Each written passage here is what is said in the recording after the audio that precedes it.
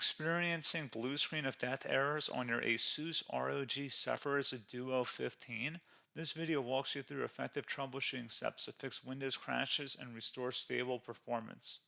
So while you're performing updates, you're getting an IRQR not less or equal message, K-mode exception not handled, kernel data in-page error. A lot of errors pertain to this problem, and we're going to go ahead and jump into what should hopefully be a pretty straightforward process, guys. And we're going to go ahead and jump right into it.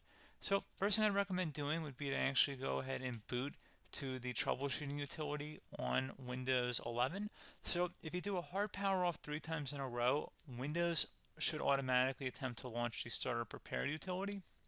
And if it doesn't find anything, it will give you the option to select advanced settings, in which case it would take you to a screen that looks like this. Now, if it does not take you to a screen that looks like this, or you're unable to get to that, you can also download the Windows 10 Media Creation Utility, or Windows 11. They probably will make a creation utility for Windows 11 at some point. And it doesn't really matter. You can actually run the Windows 10 utility on Windows 11 as far as I'm aware. And you should be able to run the troubleshooting utilities built in within it. So you just would go ahead and download it to an ISO file and then burn it to a DVD or USB. It'd have to be about 4 gigabytes or more. It couldn't be a small USB flash drive, and it couldn't be a CD. It'd have to be a DVD. And then you'd boot your computer from it. So depending on the computer manufacturer, you'd have to tap a different key on your keyboard in order to launch that menu, in order to select what boot drive you want to go off of. So it could be anything between the escape key, F2, F8, F12, for example. And those are the function keys on the top of your keyboard. So you may have to just do a little bit of trial and error. Shouldn't take you more than a couple minutes. Googling it would probably be best before you even begin. But anyway, we're ready to go ahead and jump right into it. So we're on the choose an option page. So these will look very similar whether you're booting from it directly within Windows itself, or if you're plugged in a USB flash drive with the media creation utility installed and you selected the recovery option. So when you are setting up your Windows 11 installation or Windows 10, depending on the drive you're using, there should be an option to repair your computer in the bottom left corner of the dialog window, one of the first screens that comes up. You go ahead and select that, and then it would take you to a troubleshooting screen like you see here. And you want to go ahead and select troubleshoot, reset your PC, or see advanced options. And then there are going to be a whole bunch of options in here that we're going to explore in today's video. The first one, we're going to actually go underneath advanced options and then select startup prepare, fix problems that keep Windows from loading. So go ahead and select that first.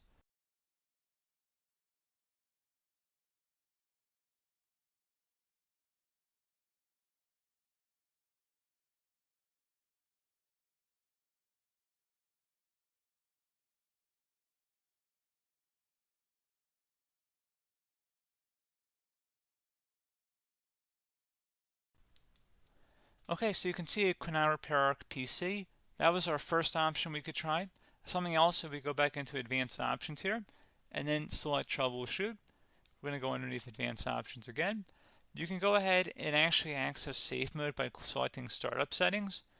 And then if you select the restart button, you have the option on the screen select safe mode with networking, which will give you a key on the screen. It'll tell you which key to press to enter that. I believe it's the F7 key. It'll do that for you. I'm not going to go over that in today's tutorial because I don't really want to go into safe mode, but you're more than welcome to attempt that by going into here and then selecting restart. Again, it'll launch another screen. It'll say what key do you want to press, and it'll give you like 7 or 8 different options, and you want to select safe mode with networking. There's also an option for a command prompt too, but that's going to be something we're going to cover later in this video, and we don't even have to go through that in order to access it. So that's why I'm not going to really push for that, because unless you know exactly what's causing the problem, you probably don't need to go into safe mode. Unless you're trying to recover files, in which case then you definitely can go into safe mode, but we're trying to actually recover our computer here. So I hope that makes sense. Something else we can also try here as well would be to uninstall updates, remove recently installed quality or feature updates from Windows. So if you go ahead and select that, you can uninstall the latest quality updates, which generally is the more day-to-day updates.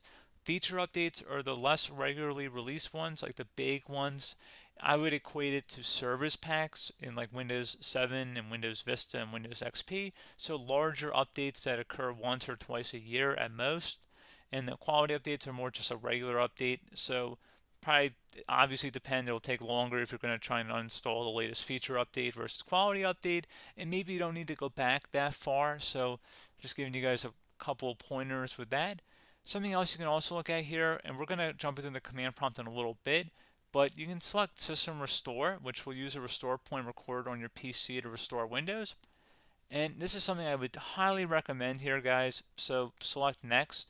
Assuming you have a restore point saved on your computer, you go ahead and select the most recently created one, and you'll select Next, and then you'll select the drive. You shouldn't actually have to select the drive. You can scan for affected programs, but we're going to keep it all default here, and then we're going to select Finish.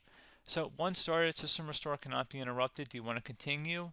I think we're going to select yes. I don't think we have anything better to do on our computer right now, so just give it a moment here to initialize. It will take a couple minutes to run, obviously depending on how large your hard drive is and how much is saved on the System Restore point. So just give it a couple minutes here.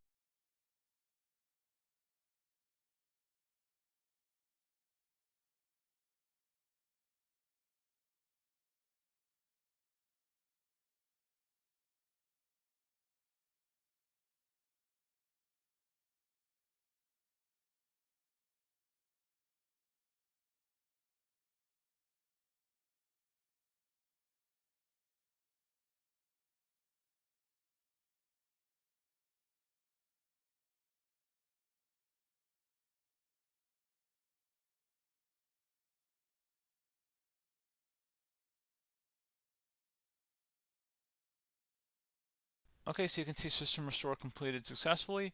The system has been restored. Your documents have not been affected. Click the Restart button to restart your computer. Go ahead and select Restart.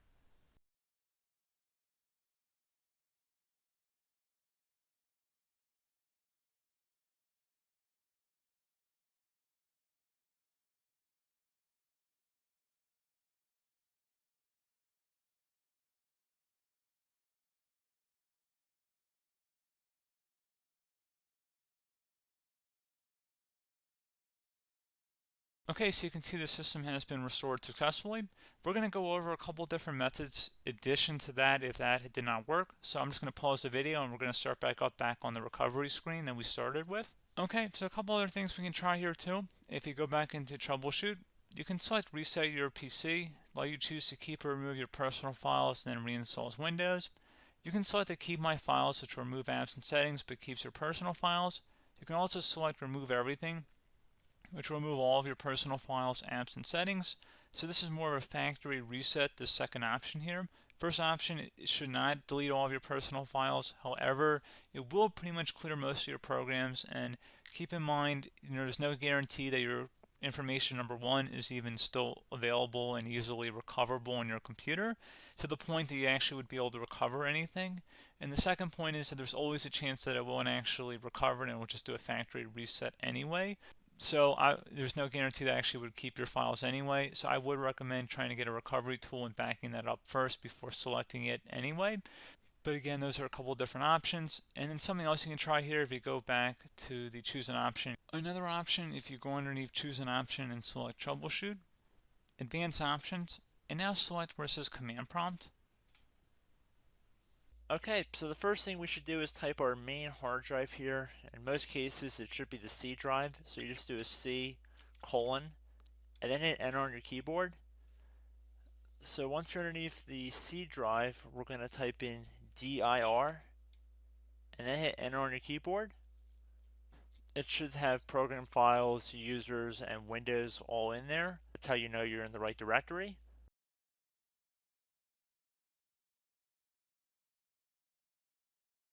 In some cases, it might be the D drive as well, so just keep that in mind.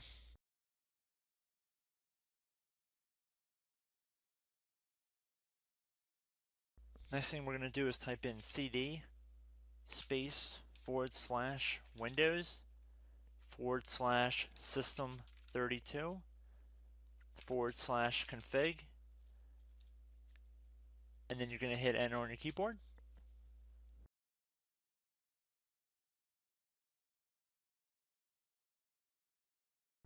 So now you're going to type md space backup.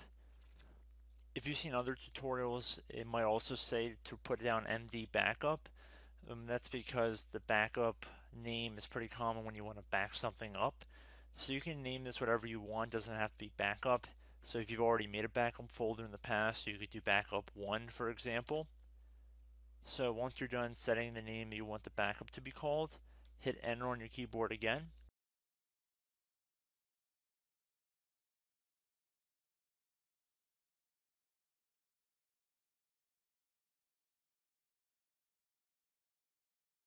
At this point you want to type copy, C-O-P-Y, space, then you want to do the star symbol above the 8 key, then do a period or a dot, whatever you want to call it, then another star sign, and then another space, and then type backup, and then hit enter on your keyboard.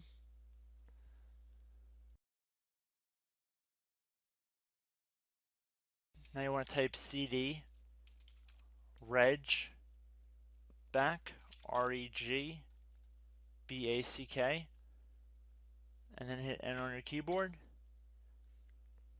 So now that we are under the reg back, so now you want to type DIR again, and then hit enter.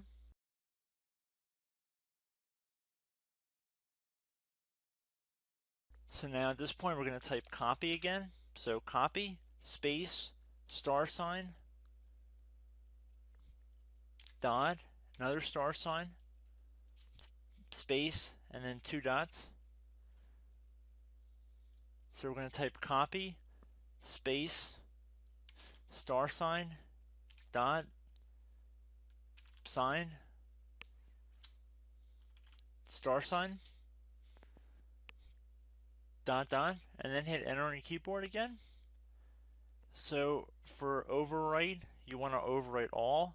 So type A on your keyboard, so capital A, and then hit enter on your keyboard.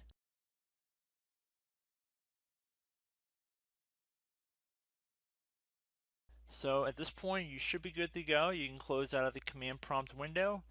And if you accidentally continue to Windows 10, you should be all set. So I hope one of these 3 or 4 different methods we went through in this tutorial helped you guys out. Again, I'm not sure if you guys heard me earlier, but try to go back into your safe mode if possible and uninstall any programs you know might be conflicting with the Windows startup if you can get into safe mode. So just keep that in mind. Something very simple like that could be blocking up everything. So again, I hope this tutorial helped you guys out, and I will catch you in the next tutorial. Goodbye.